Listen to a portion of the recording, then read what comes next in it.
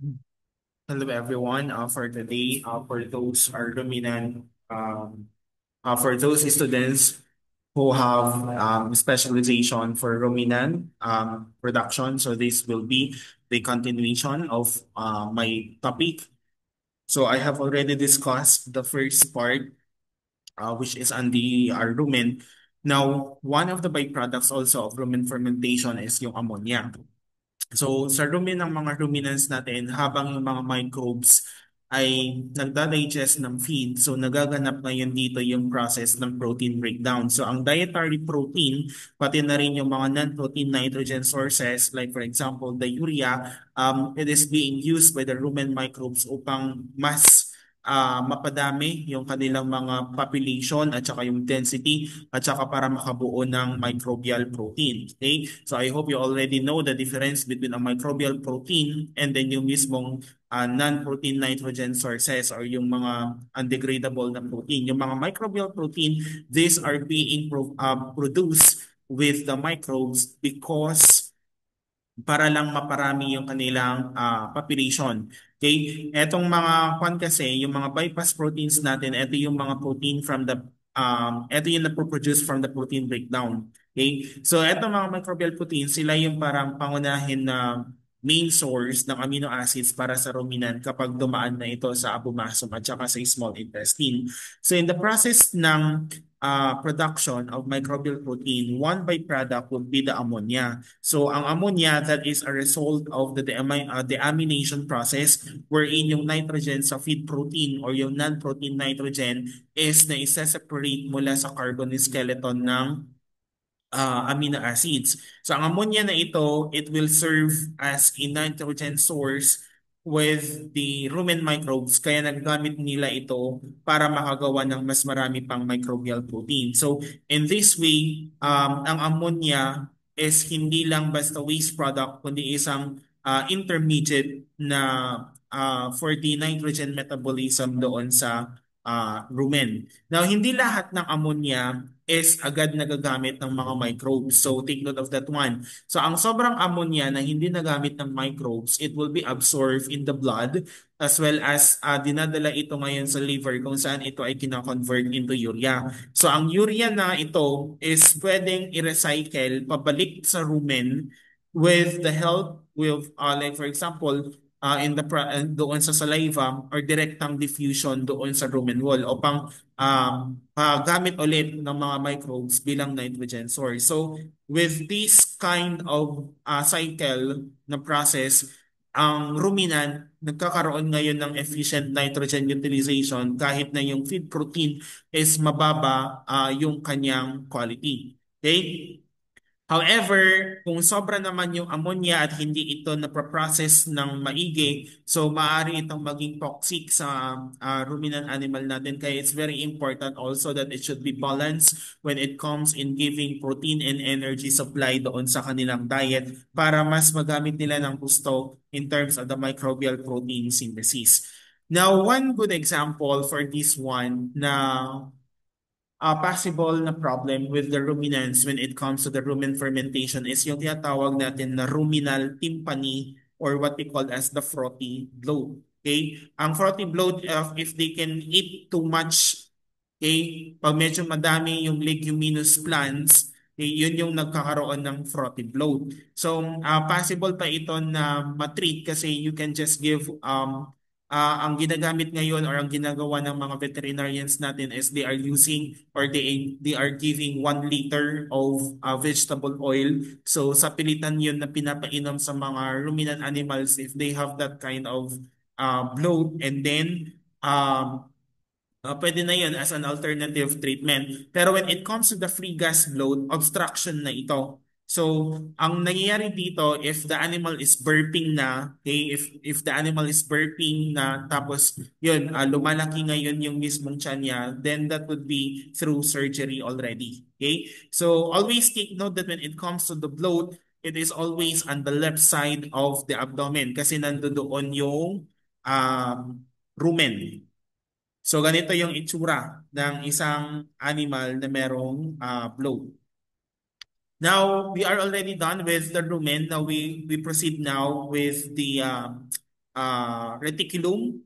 Okay, so first one of this is yung mixing and saka yung particle separation. Although it is considered to be the smallest of all the four na compartments, so ang reticulum ang gumagawa ng initial sorting ng feed particles. So dahil sa honeycomb structure, so nagre-create siya ngayon ng mga small compartments where the feed materials can settle. So ang nangyari dyan is if larger tapos light tsaka less digested particles yung napupunta sa reticulum, ibinabalik niya ito sa rumen for further fermentation. However, if it is heavier na, finer, tsaka more digested particles na, pinapadaan niya ito sa reticulo-omasal or rephase papunta doon sa omasum. So you will be encountering this one, yung reticulo-omasal or rephase, later on doon sa digestive na anatomy na ng stomach ng mga animal. So parang siya yung traffic controller ng digesta. So hindi lahat pwedeng mag-proceed. So yung mga qualified lang na feed particles yung pwedeng pumunta sa kanya. So kung hindi pa digested na maigi, so babalik ka talaga ulit. Babalik talaga yung mga feed particles sa rumen. Now, another one, reticulorumen motility. So next is motility. This is another function. So, kaya nga reticulorumen kasi ang tawag nito, in other books, we are also calling it as the rumen-reticulum. Either of the two, pwede din naman siya na gamitin. So, makikipag-work together yung reticulum sa rumen para magkaroon ng rhythmic contraction. So, we have primary contractions for mixing and then secondary contraction naman for the gas movement. So when it comes to the primary cycle, nangyayari yung rhythmic contraction doon sa rumen. And then it will be continued with the reticular contraction, then back to rumen movements. So bakit important? Kasi doon naka-base kung efficient ba yung fermentation. So if weak yung motility ng reticulum, hindi maayos yung mixing, hindi madidistribute yung mga microbes and magiging poor yung magiging digestion natin. Now when it comes to the secondary contractions naman, sumasabay sa eructation, okay, yung pag-release ng carbon dioxide as well as methane. Kaya kapag may motility failure, pwedeng mag-lead. Okay, pwedeng mag-lead ito sa bloat kasi hindi mailabas yung gas. Then, it used to bring food back to the mouth to be rechewed, so regurgitation now for the rumination. Ito yung favorite function ng mga students ko when it comes to this one, yung regurgitation. So, yung reticulum is yung parang start when it comes to the regurgitation. Kapag oras na ng rumination, yung magko-contract ngayon yung reticulum in such a way na tinutulak niya paakyat yung bolus pabalik sa esophagus. So pagdating sa mouth na, then the animal will rechew that feed. So ang tawag pala natin yung pagbalik ng food from the reticulum into the mouth, we call that one as the regurgitation. So ibig sabihin that now that is now the start of the rumination process. So from the regurgitation, babalik sa mouth, and then from the mouth, it will be rechewed or it will be remasticated. And then of course, there will be saliva, so there will be reinsalivated. And then after reinsalivated, it will be reswallowing. So, and then reswallowing, and then pupunta na sa umasum for water absorption. So kaya nga yung reticulum, it is also called as the initiator of rumination process. Then another one, fermentation. Although the rumen is the primary fermentation chamber, nakikipag-share yung reticulum in same microbial population. So dito rin nangyayari yung production ng VFAs, yung acetic propionic tsaka yung butyric fatty acids, yung production ng microbial protein, yung gas formation from the microbial fermentation, yung breakdown ng cellulose at saka yung hemicellulose. So parang fermentation twin ng rumen, parang kambal ng rumen itong reticulum. Okay? Kasi tumutulong din to. Then another one, passage of digesta to the omasum. So hindi lahat ng particles ay allowed dumiretso sa omasum. So the reticulum controls the reticulo-omasal orifice and it will selectively allows yung mga small particles, yung mga liquids, yung mga soluble nutrients and even VFAs in solution. So para mas efficient yung digestion. So kung papasok sa umasum yung mga larger particles, hindi magiging efficient yung absorption at saka water removal. Then another one is limited absorption. So hindi siya major absorption site like yung mga small intestine pero may konting absorption pa rin ng water, ng electrolytes, ng some of the VFAs but then still in small amounts. Okay? And then pinaka-common is yung hardware trap function. So, ito yung medyo unique sa reticulum kasi it acts as a trap for heavy foreign objects. So, because of the honeycomb structure of the reticulum and then yung location niya doon sa diaphragm side, so dito naiipon ngayon yung mga nails, yung mga wires, yung mga sharp na metals, kaya naglalagay tayo ng rumen magnet para maiwasan yung hardware disease or yung tinatawag natin as the traumatic reticuloperitonitis or the traumatic peritonitis. Okay? Then next one, ang umasum, that is considered to be the gateway sa mas formal na gastric digestion. Kasi after nito, diretso na siya sa abomasum. Pero bago pa makarating sa abomasum or sa through stomach, yung umasum, gumagawa pa siya ng final mechanical at saka absorptive processes para maging prepared yung digesta na pupunta sa abomasum. So unang-unang function, the abomasum functions to absorb yung large amounts of water, okay, and electrolytes like for example the sodium, the potassium, okay, yung mga volatile fatty acids and even small organic acids. Actually, about 30 to 60% of the water entering the umasum can be absorbed here. So bakit kailangan yan? Kasi kung puro water ang papasok sa abomasum, magiging inefficient yung enzymatic digestion. So para maging ideal, yung chyme consistency kapag pumasok na sa abomasum, so hinihigop muna ng umasum yung sobrang tubig. Okay? Then another na function is mechanical breakdown or grinding action. So because of the numerous folds, yung umasum nagpo-perform siya as a grinding or squeezing action. So parang dumadaan yung digesta sa narrow passages na parang pinipiga at pinipisil. So ito yung nangyayari. So yung mga large particles, pinapress niya, mas pinapapino. Yung mga fine particles, syempre for further reduction in size, yung mga remaining fiber, it will be crushed and abraded against the laminae. So, yun yung nangyayari for the mechanical breakdown. Now, for the control of digesta flow, parang regulator ito or bouncer. So, hindi lahat basta-basta pumapasok sa umasal canal kung hindi pa siya suitable. So, yung reticulo-umasal orifice, nagde-deliver lang siya ng fine particles, yung mga liquid fractions, tsaka yung mga fermentation products like mga VFAs. Pero ang umasok pa rin yung nagpa-final check. So, kung coarse or masyadong malalaki pa yung mga fibers, minsan dinedelay niya yung passage or binabalik yung movement sa folds para for further na breakdown. Para hindi ma-overwhelm yung abomasum later on. And then absorption of VFAs, although mas parami ang VFA absorption sa rumen reticulum, the abomasum still absorbs significant amounts of VFAs, especially yung mga tatlo na sinabi ko sa kanila. Okay? Pero ang importante dito, yung umasum, it helps in reducing the acidity of the mixture by absorbing yung mismong VFA so that the chyme entering the abomasum is not too acidic para maprotektar din yung mucosa ng abomasal kay yung abomasum and ma-ensure na smooth yung transition from fermentation to acid digestion. And then removal of excess fermentation products. So aside from VFAs, the umasum can also absorb yung mga ammonia, yung mga bicarbonates para ma-regulate yung chemical balance ng digesta.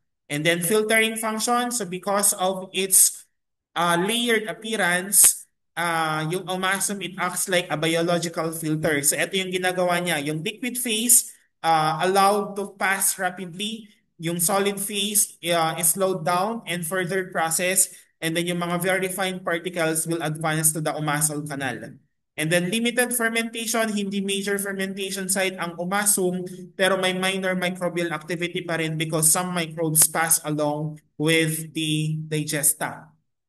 And then structural and protective function, yung laminae of the omasum are covered with papillae as well as the keratinized epithelium, which help withstand the grinding action and protect against abrasion.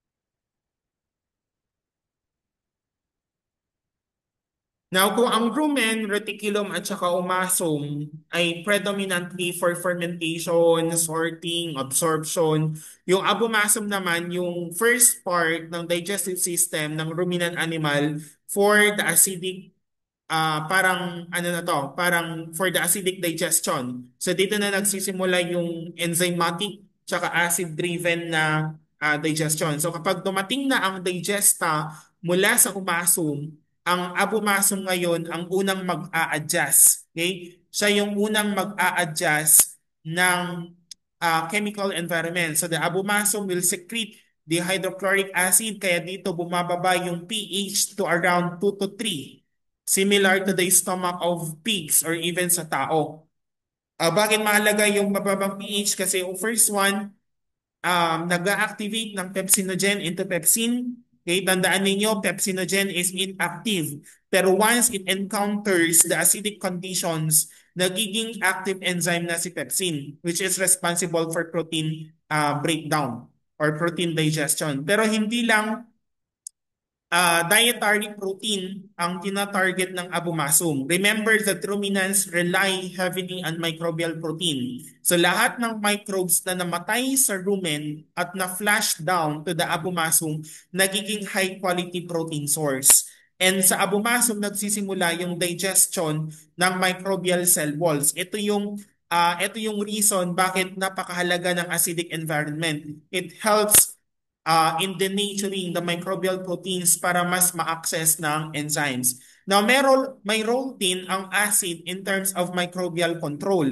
So sa rumen kasi sobrang active yung fermentation pero ayaw natin ng sobra-sobrang organisms na tuloy-tuloy yung fermentation pagdating sa lower GIT. So the abomasum serves as a kind of sterilizing chamber. Hindi total sterilization of course, pero it drastically reduces yung microbial numbers through acidity para ma-prevent yung mga uncontrolled na fermentation in the intestines, and it will keep yung digestion enzymes na makapag-work efficiently.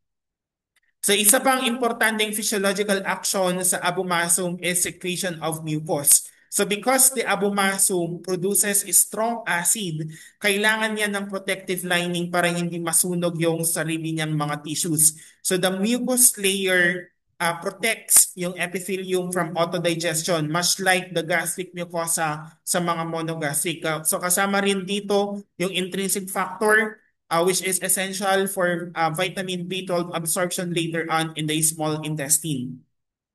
Now, the abomasum does not only secrete acid and enzymes, but it also performs mga rhythmic contractions para ma-ensure yung proper mixing. So, hindi lang basta mechanical churning ha. The contractions will carefully blend the chyme with gastric secretions para mas uniform ang mixture. So, this guarantees that when the digesta enters the small intestine, consistent ang texture at chemical composition. So, if too coarse or too little digested, then digestion in the intestine becomes inefficient. So, pag too fluid naman or too watery or too acidic, then the duodenum will get irritated. Okay? So, kailangan makapag-regulate yung abomasum in such a balance.